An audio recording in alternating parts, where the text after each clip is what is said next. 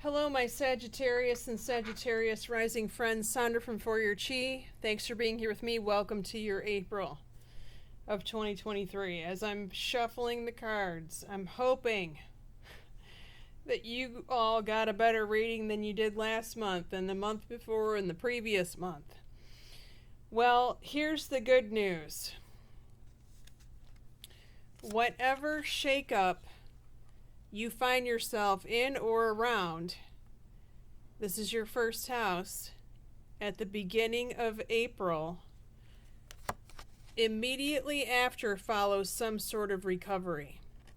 Now, let me just say this. For some of you, this can be prevented by not taking any unnecessary risks in the first week of April. The decisions that you make today could affect this outcome here. For example, if you have a bad feeling and a friend invites you out to a bar or a club and you decide to stay home and drink or whatever, you could totally avoid this. So I would be very leery of who's around you, who you're saying yes to, because I would definitely say no if you can help it.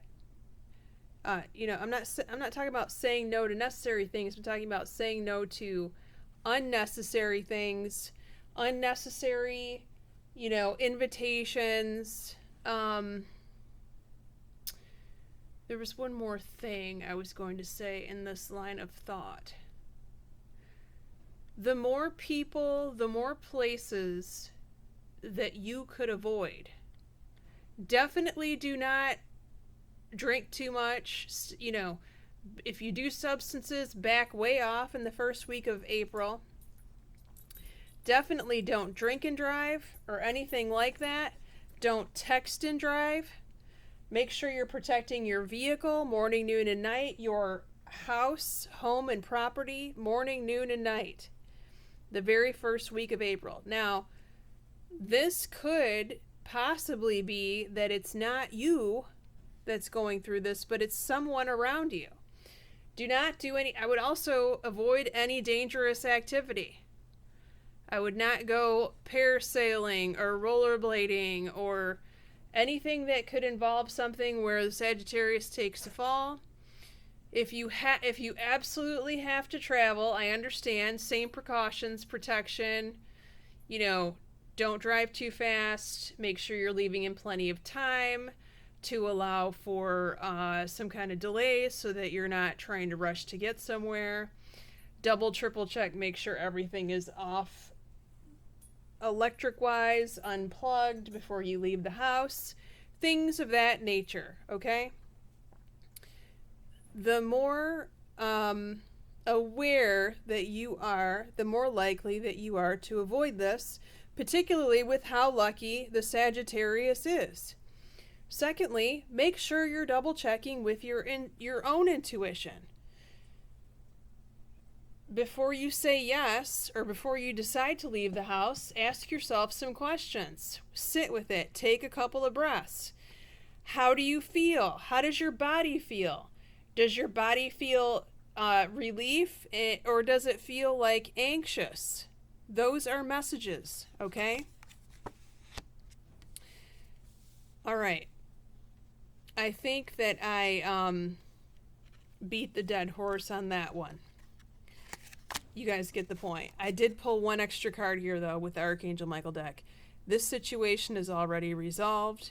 I did do a little trick here before I turned the camera on.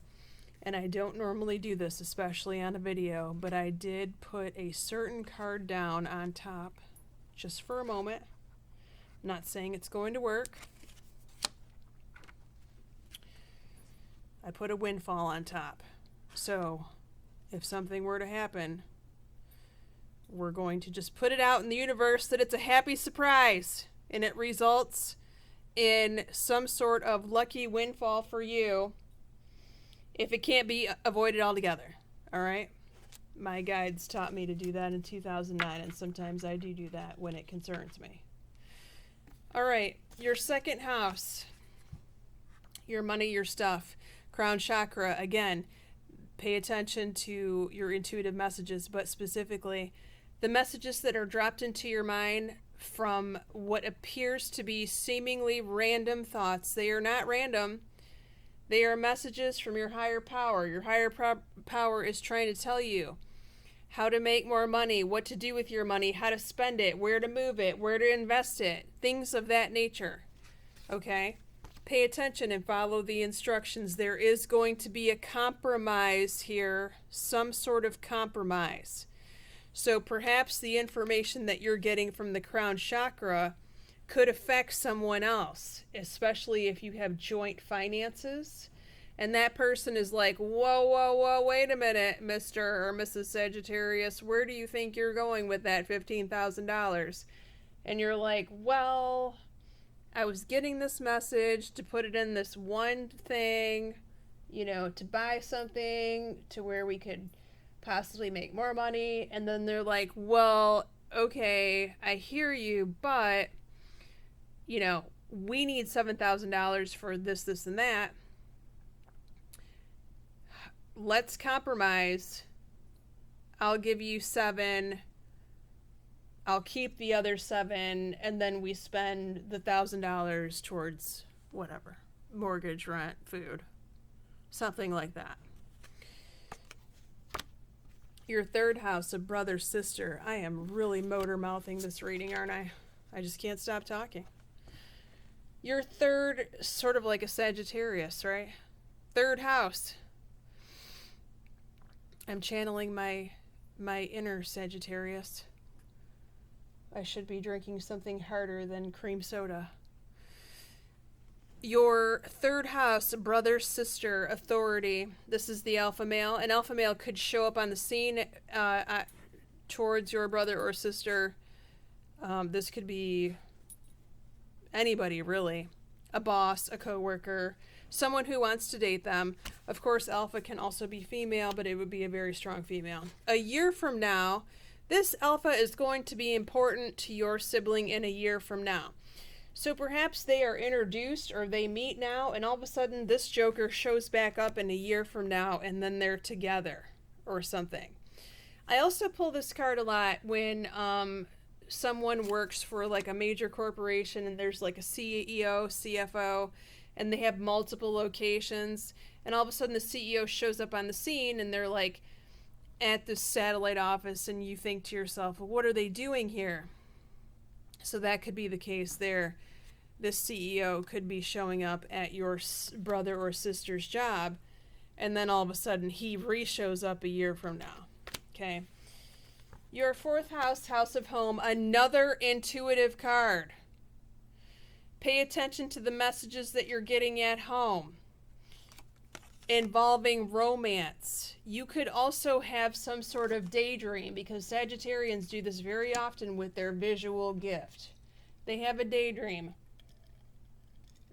Somebody perhaps coming for a visit or calling and saying, hey, Sagittarius, can I come over and see you?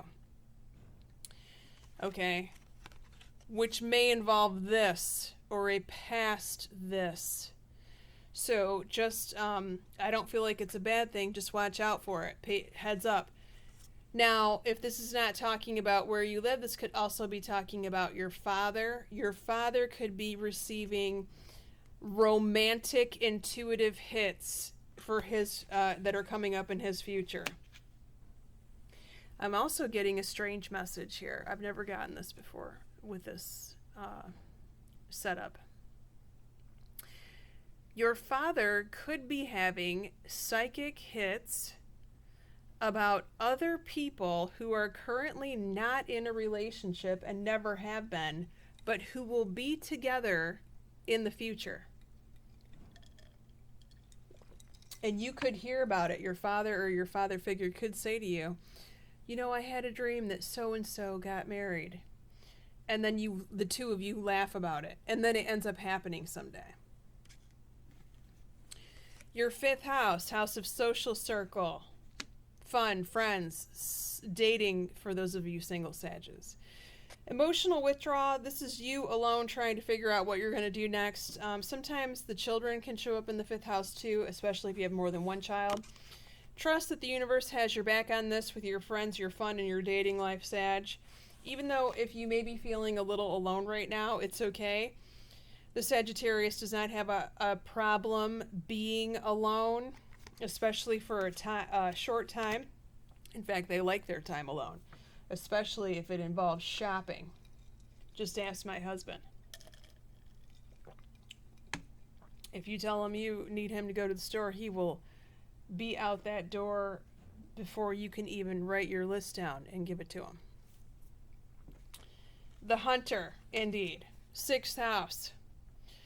Your work, your health, memories of love. You are reminiscent of times past when your work was different, or when you were in a different health situation.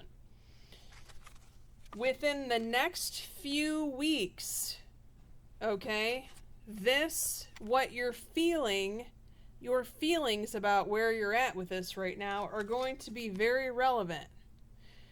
There could also be another psychic message here for you, Sag, especially if you are thinking of this 6 of Cups nostalgia card and you're wishing to bring back something that you used to love about your work or someone that you used to work with. And then all of a sudden in a few weeks that person or that situation shows up. This reading is wild, I tell you. All right. Now, before we go to the extended reading, we're going to pull in a couple of tarot cards here, and we're going to see who's around the Sag, truth for Sag, who's around them zodiac sign-wise in their 7th house of primary relationships. Okay, we've got the 2 of Pentacles here. I'm going to show it to you so you believe me, so you're not a Sagittarius skeptical. 2 of Pentacles, Earth sign, Virgo, Taurus, Capricorn. We've got the Empress, Taurus, or Libra, so heavy on the Taurus. We also have the Sun, a Leo. Interesting. Where's the water here? No water signs whatsoever. Not to say that they won't show up another month, but that's what we have this month.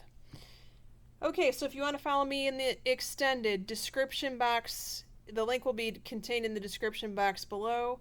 It is on Patreon. Tier 2 is what you want. Tier 2 is going to get you all 12 zodiac signs for all the months that I do, plus the yearly reads. We're going to be going over your 7th house of primary relationships, including romance angel cards, your 8th house of taxes, legal matters, your significant other's income, if that applies, intimacy, did I say that already? And contracts. Your 9th house of school and travel, your 10th house of career and your mother, your 11th house of your child or your best friend, in the 12th house, which is what's about to happen. Look for it in July because it's the future. Many blessings to you, Sages. Take care.